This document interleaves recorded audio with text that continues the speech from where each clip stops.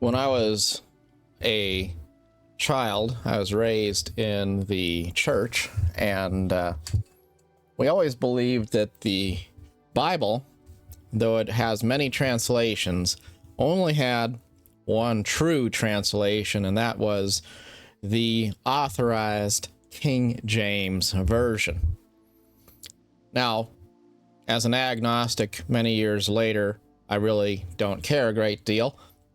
And if I read the Bible, I'm quite happy to read it in any translation which is available. I do think there's a lot of more modern translations which are probably a little bit more easy to read and might convey the message in a more palatable way. But if you want to get the true message of the Bible, I think you miss something if you are not reading it in the Old English sort of a way it was originally written and enjoyed by people for hundreds of years.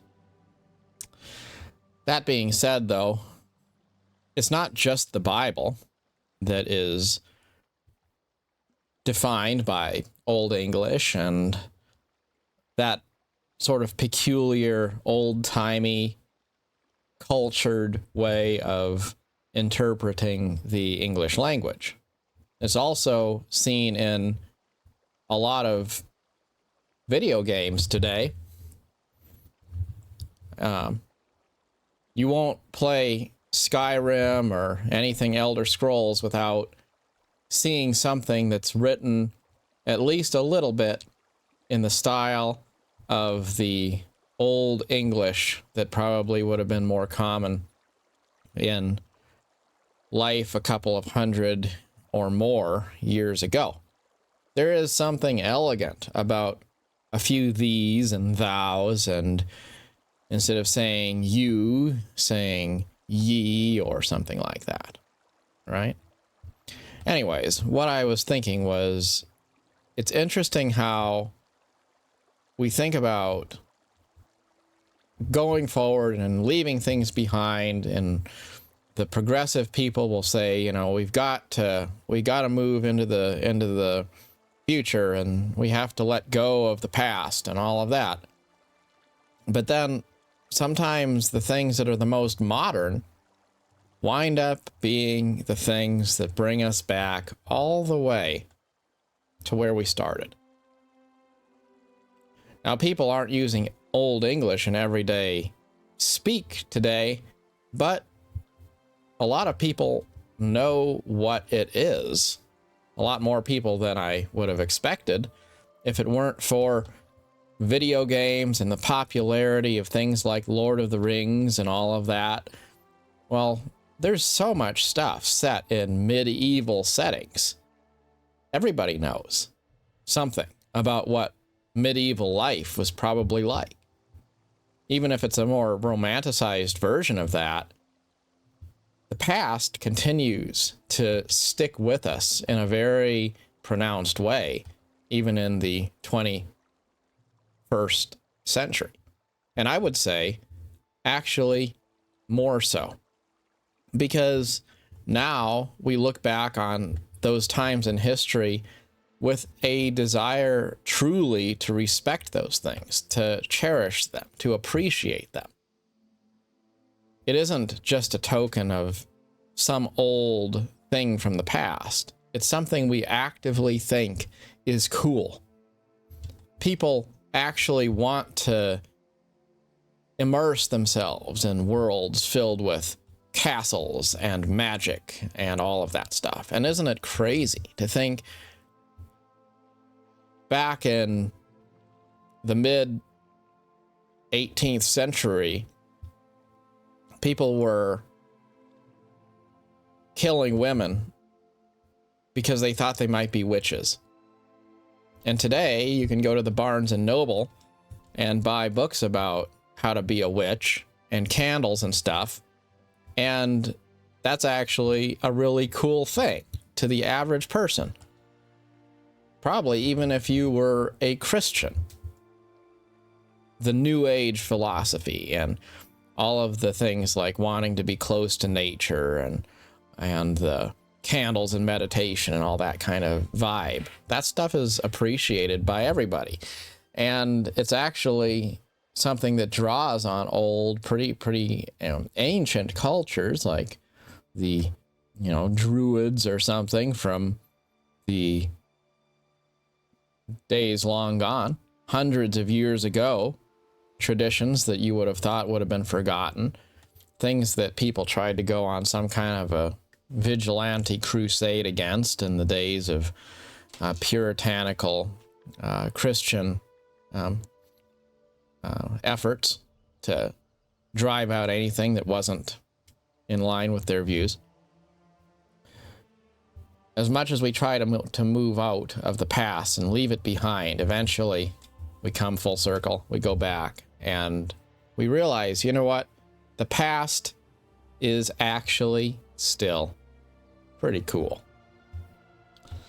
And so, we think about getting obsolete. I made a video recently about, what is it going to be like when those of us who are younger or middle-aged today are, at the end of our lives, and it's someone else's turn to carry humanity into the future. Then, what's it going to be like, for us to encounter the way the world has changed, when the world changes to the point where it's unrecognizable to us, and maybe it's a new age of augmented reality or AI or some new thing that comes along.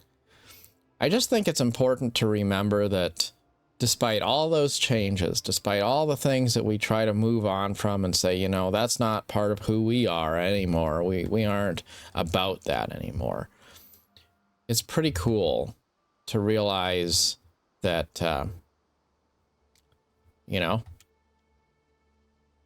you don't have to leave it all behind, because it's kind of like vinyl records. People said, well, there's not going to be any reason to have vinyl records anymore. And then we went to cassette tapes, and of course those were the new thing, And now today, you can get yourself a record player with a slot in it for cassette tapes. You can get it new. I have one. So here we are, and there's a 12-foot section of vinyl records at the Walmart store in 2025. And we thought we were going to move beyond that, It's all digital. It's all going to be downloads. No one's going to get vinyl records anymore. What are you talking about? And yet there they are. Though I have to say, I don't really buy new vinyl records. I'd much rather go to a thrift store and buy them for $1 or $2 versus $10 or $15 at the Walmart store for a new one. But I do think it's interesting how we go full circle so often. We say we're going to move beyond things, and then eventually we wind up coming back. Maybe not quite in the same way, but we wind up coming back. And I wonder what the people in World War II would have thought if they knew that 80 years down the road, their descendants would be playing World War II computer games. I wonder what the people back in the 80s would have thought when, about, at the time, about the downfall of vinyl records and the resurgence of them. I guess those people are still with us in many cases.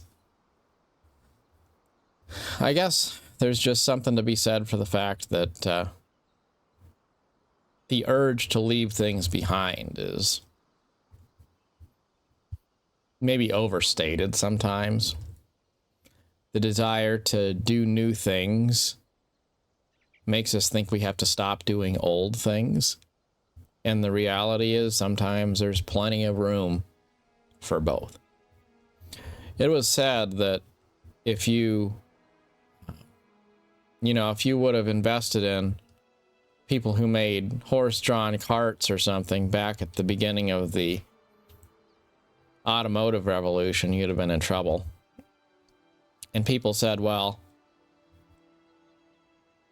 cars are going to, be a fad, and they didn't want to get on board with the change and realize that horses were going to become a thing of the past. And, well, I mean, that's kind of true. Like, very few people get on their horse and take their horse to work, and then put it in the stable out back before they go to the office. But if somebody was going to say that horses were going to become a thing of the past, like people aren't going to be riding horses anymore because there's cars, well, that certainly isn't true, because people love riding horses. People ride horses all the time. In some cases, they even still use them for practical purposes. On ranches and things like that, there's a lot of people that use horses for real utilitarian purposes today. Even in a world filled with cars and trucks and all of those things, there's still people out on a ranch riding a horse. And that's not going to change anytime soon. So sometimes I think it's important to maybe don't jump in too deep into fads, but also don't be afraid of change. And sometimes we're afraid of change because we think that if we embrace change, then we're going to have to give up the past. But that's not really true. It's entirely possible to hang on to the past and also embrace the future at the same time. Maybe if we wanted to go down the path of the abstract and kind of get lost in the weeds for a minute, imagine if we talked about, things like old relationships and stuff. You think to yourself, well, I want to, close the book on one part of my life and start a fresh chapter. And I want to break away from all of the people that were a bad influence and the things in my life that weren't maybe in line with what I want to be in the future. And that's good. But it's also true that there were good things about the past. There's things about, past relationships which were positive, and you don't want to lose all that stuff. So I think the more we move forward, the more we go through those phases of saying, I'm going to turn the page, I'm going to do something different. The next chapter of my life is going to begin. Well, that's not about closing the remembrance of the past and locking it away and getting rid of it and throwing out all of those old things and saying, I'm going to pretend the past didn't exist because now I'm going to move into the future. That's not really what it's about. It's okay to remember the past, to celebrate the past, and to bring it with you as a companion and a guide to accompany you into the future. I think that's healthy to remember. We don't have to give things up all the time just because we turn a page and step into the future. As always, good luck on your adventure. Till next time, thanks so much for watching.